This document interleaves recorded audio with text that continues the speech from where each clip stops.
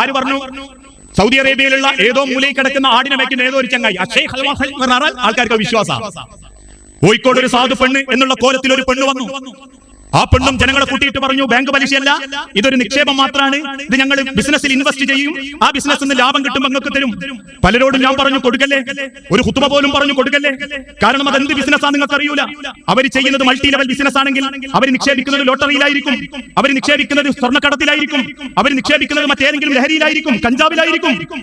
എന്താണ് കച്ചവടം എന്നറിയാത്ത ഊഹത്തിന്റെ പേരിൽ നിങ്ങൾ കച്ചവടം ചെയ്യല്ലേ. ഊഹ കച്ചവടം അള്ളാന്റെ ഹബീബ് നിഷേധിച്ചതാ എന്ന് പറഞ്ഞപ്പോൾ ചിലർ പറഞ്ഞു, ഒരു മൊയ്ലിയാർ പറഞ്ഞിട്ടുണ്ട് അത് ഹക്കാൻ.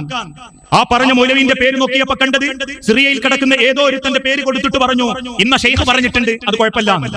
അവസാനം 30 കോടി റുപ്യ മുക്കിയിട്ട് പെണ്ണു പോയപ്പം പള്ളിയിൽ വന്ന് മുഖമുട്ടി നെഞ്ചു വരിഞ്ഞ് കരയുന്ന പലരോടും ഞാൻ പറഞ്ഞു, ഇത്രേ ഉള്ളൂ ആർത്തിയ, മുതല് കിട്ടാനുള്ള ആർത്തി. മേലനങ്ങാണ്ട് കിട്ടുന്നതൊന്നും നിലനിൽക്കൂല മനുഷ്യരെ.